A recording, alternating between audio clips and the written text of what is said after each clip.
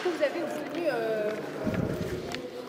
Bon, satisfaction? alors satisfaction, entière satisfaction, ça serait beaucoup dire. Ça serait beaucoup dire puisque d'abord il y a une insatisfaction, c'est que les documents que nous avons demandés, les lettres plafond, je maintiens que légalement nous aurions dû les avoir sans discussion et que ça reste un fait grave. Bien. Deuxièmement, les lettres plafond permettent de rentrer dans un certain nombre de détails évidemment importants. Bon, ce que nous avons reçu, c'est ce document, là, vous voyez, en couleur, hein, qui est l'équivalent, on va dire, d'un tiré à part, je vais dire intermédiaire, puisque le Premier ministre dit lui-même qu'il peut encore bouger. Voilà, donc le tiré à part, c'est le document que normalement nous aurions dû recevoir il y a 2 mois. Donc avec 2 mois de retard, on reçoit un document qui nous est envoyé officiellement. Bien. Alors, qu'est-ce que j'en tire comme conclusion de ce document qui nous est envoyé? C'est qu'en réalité, le Premier ministre s'inscrit totalement, pour le moment, dans le budget qui a été construit cet été. Il n'y a pas de différence. C'est un point important parce que quand nous avons parlé à M. Barnier et qu'il nous expliquait pourquoi il ne voulait pas nous envoyer les lettres plafond, c'est, nous disait-il, parce qu'il estimait devoir nous envoyer un document, j'allais dire, qui aurait déjà sa patte. Pas complètement sa patte, mais un peu sa patte. Bon, donc on va supposer que ce document, puisqu'il nous l'envoie, a un peu sa patte. Et bien sa patte, il n'y a pas de modification. Sa patte, c'est pour l'instant aucun changement par rapport à ce qui a été concocté cet été, ce qui confirme ce que nous disons depuis longtemps, c'est-à-dire que le gouvernement Barnier, pour l'instant, s'inscrit totalement dans la même politique de l'offre, de la compétitivité, de l'austérité, concoctée par Bruno Le Maire, voulue par M. Macron, et que de ce point de vue-là, c'est l'information, à mon avis, importante, il n'y a pas de différence. Alors, là où le document est intéressant aussi, c'est que finalement, même s'il répète exactement les mêmes chiffres que nous avons eus à la fin du mois d'août sur les baisses budgétaires par ministère, au moins ça veut dire que là maintenant, ce n'est plus des baisses hypothétiques, c'est des baisses réelles. On peut juste supposer peut-être qu'elles vont peut-être être aggravées. Bien. Mais elles sont entérinées par M. Barnier. C'est-à-dire qu'en réalité, les lettres plafond qui ont été signées par M. Attal, dont on nous disait que c'était des documents préparatoires parce que ça n'engageait pas forcément le nouveau gouvernement, à partir du moment où il nous envoie ce document, je considère donc que les lettres plafond qui ont été envoyées engagent ce nouveau gouvernement et que ce nouveau gouvernement fait du budget Attal son budget. En tout cas, son budget de départ. Bon. Donc c'est une information qui me paraît importante. Alors qu'est-ce que ça nous dit? Ça nous dit que si on tient compte de l'inflation, qu'on peut estimer à 2%, on va avoir un budget de l'État qui va diminuer de 10 milliards d'euros. Voilà. Qui va donc passer, je dis bien budget de l'État, de 356,9 milliards d'euros à 353,8 milliards d'euros, donc 3 milliards de baisse en valeur. Ajouter les 7 milliards qui représentent les 2% de l'inflation, ça veut dire que le budget de l'État, quand je dis budget de l'État, c'est-à-dire que je retranche tout ce qui est par exemple pension, retraite, tout ce qui ne va pas alimenter directement les ministères, ce budget baisse de 10 milliards. Ça correspond à ce qui nous avait été annoncé, en tout cas une partie de ce qui nous avait été annoncé, comme 15 milliards de baisse de dépenses. Alors, je suppose que la différence entre ces 10 milliards du budget de l'État et les 15 milliards, c'est très certainement les fameux 3 milliards qui sont promis comme recettes supplémentaires à partir des rachats d'actions et de la taxe énergéticien. Les 2 autres, je n'ai pas encore expertisé. Est-ce que c'est sur les collectivités locales? Là, j'ai pas encore, ou en tout cas les documents ne me renseignent pas suffisamment pour que je vous dise où sont ces 2 autres milliards pour atteindre les 15 milliards qui avaient été annoncés.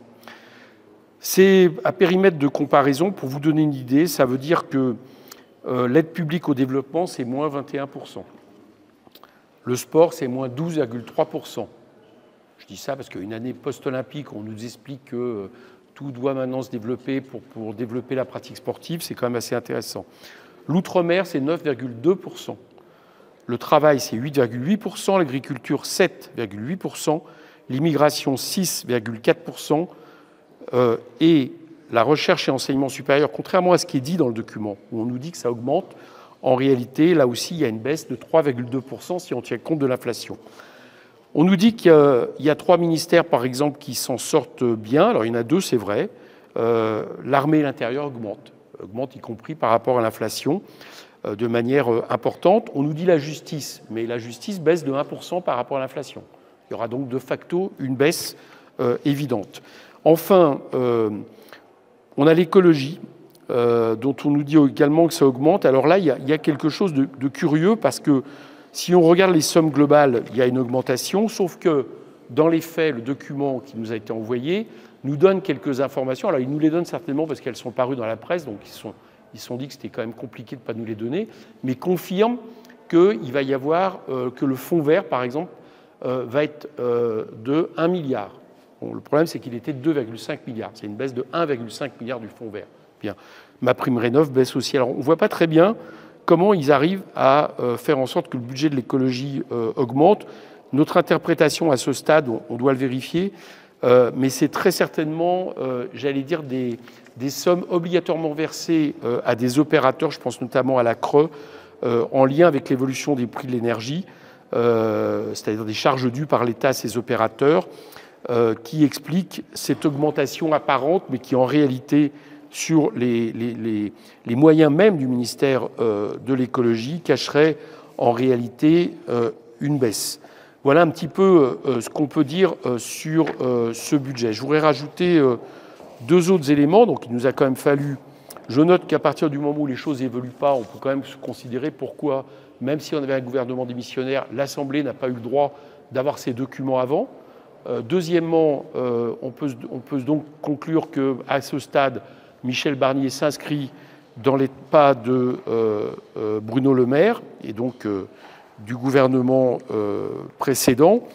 On peut également dire que, pour l'instant, le budget tel qu'il est ne reflète pas les recommandations qui avaient été faites par la note du Trésor qui nous avait été donnée fin août, qui montait au moins à 30 milliards la baisse du budget de l'État, au lieu des 15 qui sont ici a priori présentes, ce qui veut dire qu'on peut s'attendre, et c'est à mon avis ça qui peut expliquer les discussions, alors soi-disant, l'un qui dit on va peut-être baisser les impôts, puis après, l'un c'est Michel Barnier, puis après il dit non, j'ai pas dit ça, etc. Mais enfin, c'est très certainement au cœur du débat actuel du gouvernement, cette somme supplémentaire.